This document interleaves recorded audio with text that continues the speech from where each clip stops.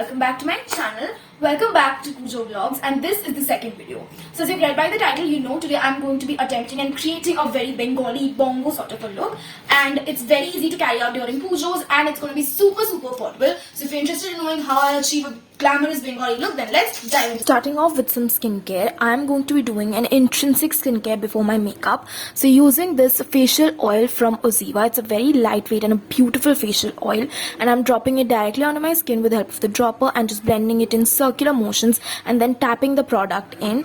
This just gave me a very beautiful base. Next up, I'm using this Pond's Super Light Gel, and oh my god, this is such a beautiful moisturizer. It gives me the perfect amount of hydration, and again using circular motions, I'm just tapping the product into my skin and again drying it down my neck. It just meshes into my skin really well. Next, using a primer, I'm using the Studio Perfect primer from Blue Heaven, and oh my god, again, this is such a beautiful product. It's a silicone based primer, and it's essentially supposed to blur out your pores, and you can see it just instantly mattified my skin and made my pores a little bit more blurred. Next up, I'm filling up my eyebrows and taking this Hilary Rhoda palette. I'm taking this darkest brown shade and just filling in my eyebrows using this slightly angular brush. I recently prefer using powders over any pencils or pomades because it makes them look more bold, and it's just easier in general to fill it in, and Bengali girls usually prefer more bold and powerful brows, so you can use an eyebrow pencil, but to each their own. Next, I'm just pulling out the eyebrow product whichever I have applied. You can use a pomade and a pencil as I suggested, but I think just a powder works just as well. So I'm going to carve out my eyebrows using this concealer, and oh my god, this is such an important step. Like, this just defines your eyebrows so well, makes it look oh so snatched, and gives it just that different definition and dimension, you know. And I'm just basically applying the concealer under my eyebrows directly using the wand. You can use a brush for more precision, but again to each their own, but this just gives you such a bold, beautiful, clean brow. Now moving on to the eye makeup, I'm going to do it first so that if there's any fallout, I can just manage that later.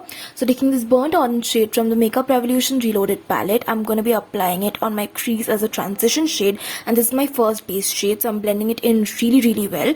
Next, again, I'm taking the dark brown shade from the Hilary Rhoda palette and applying it on my outer V, just intensifying the transition shade. And now I'm going to use this trick and do a half cut crease directly using this liquid glitter eyeshadow from Swiss Beauty. Now this is a very cool trick if you want to do an intrinsic eye makeup without putting much effort into it, you know. Now again, no Bengali look is complete without a deep layer of kajal, so I'm applying this gold pencil from Lakme, and again I'm smudging it out on my lower lash line with the help of this flat top brush, and again it gives me a very smoky and smudged out look. Now I'm drawing a big dramatic wing, as you can see, and I'm using this Lakme's Absolute eyeliner, and again I'm just drawing a beautiful dramatic wing. You can just leave it as is, but I think it just looks well. Then lastly, I use this Blue Heavens mascara and just finished off the entire eye makeup. This is one eye done. I'm going to quickly do the other eye off camera and be right back. This is my eye makeup complete, and now I'm going to move over to the base makeup. Since the eye makeup was really heavy, I opted for a more sheer coverage foundation, and here I'm using this Biotique's Magic Cover Foundation in the shade Gypsum, and taking it on the back of my hand, I'm using my fingers to stripe it across my whole face. Now you can see I apply it on my cheeks, my forehead and my nose, and to blend out the product, I'm using a beauty sponge, and I'm just dabbing the product into my skin and not rubbing or swiping, otherwise it looks very streaky. You can use a brush for more of a fuller coverage. Now to conceal my face, I'm using this Insights 2X Cover Concealer. Now this is a very beautiful product again, and I'm applying the concealer on the highest points of my face mainly, and again to blend out this concealer, I'm going to be using a beauty sponge again. Beauty sponge does tend to, you know, reduce the coverage. You can also use a brush as I said, but again I'm using dabbing motions and not just swiping or rubbing it in. Now to set my face, I'm using this Blue Heaven Sapphire Loose Powder. I'm not baking because baking, you know, photographs well, but IRL it does not look that great, so I'm just setting the places which I have previously concealed. And to set the rest of my face, I'm using this Maybelline's a Super Stay Compact, and this is basically repackaged into Fit Me, and this is such a beautiful product. You know, it sets my skin really well. To contour / bronze my face, I'm again using this compact powder from Maybelline Fit Me in the shade Toffee. Firstly, I'm stamping the product onto my skin and then blending it from top to the bottom. I'm also bronzing my temples as well as contouring my nose and my jawline. To add some color back to my face, I'm using this Blue Heaven Signature Blush palette, and mixing in all the 4 shades, I'm applying it on my cheeks, blending it in with my contour towards my hairline.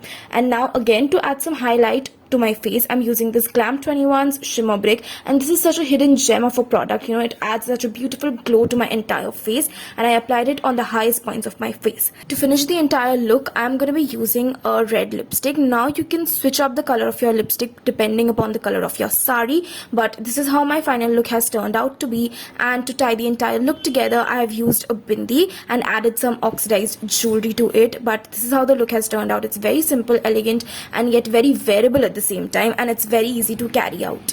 So guys, that's it for this video, and I really hope that you guys enjoyed this. And if you did, you know the drill. Like, share, and subscribe to my channel. And guys, behold, the next one is going to be a very special episode or a video for me. And that's that. All of you guys, take care, stay safe, and during pujas, make sure you carry an extra sanitizer, mask, and take all the necessary precautions. And I love you all. Bye. I know it is. Sorry, it's a little